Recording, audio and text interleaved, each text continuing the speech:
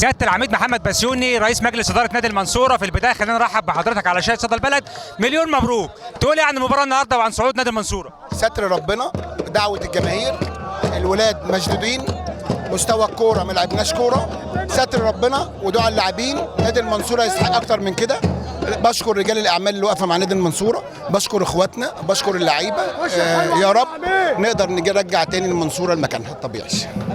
يوم ولا اروع، اكيد صعود طبعا، اكيد كلكم مبسوطين. ازاي هتشتغل لنادي المنصوره الفتره اللي جايه؟ هنقعد مع الجهاز الفني، نديهم يومين ثلاثه اجازه ونقعد مع سياده العميد. خلاص المنصوره صعد، ازاي هتبني على الصعود ده وازاي هتشتغل الايام اللي جايه؟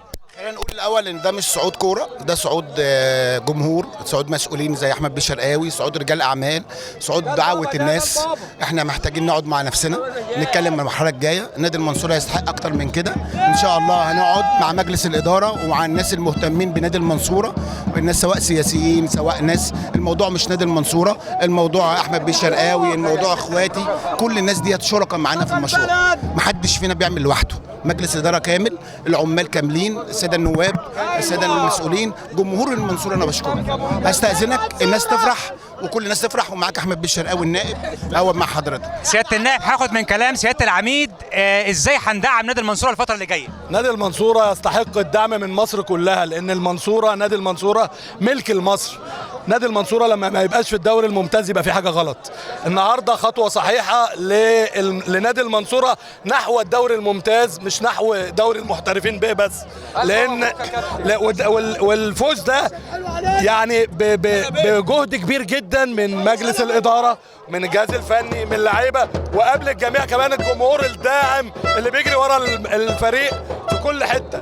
يعني انا تحياتي وتهنئتي للجميع، للجمهور والمجلس الاداره والشعب المنصوره والمصر كلها على صعود نادي المنصوره النهارده. رسالة مليون مبروك. رساله حضرتك النهارده لجماهير نادي المنصوره.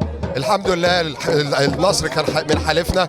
فريق المنصوره فريق قوي، فريق كبير، كيان نادي المنصوره كيان بقاله سنين واسامي معروفه في نادي المنصوره.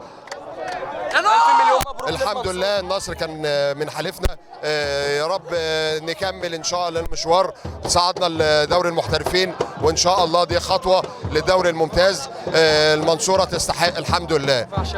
النهارده دعم ولا اروع، مجلس اداره بيساند. تقول ايه النهارده للاعيبه وجماهير المنصوره؟ انا بشكر كل فريق المنصوره وكل اهالي المنصوره، وخصوصا العميد محمد بسيوني وكل رجال الاعمال والناس اللي وقفوا معانا النهارده. حقيقي ربنا يحميهم، وان شاء الله المنصوره تبقى رقم واحد ونصعد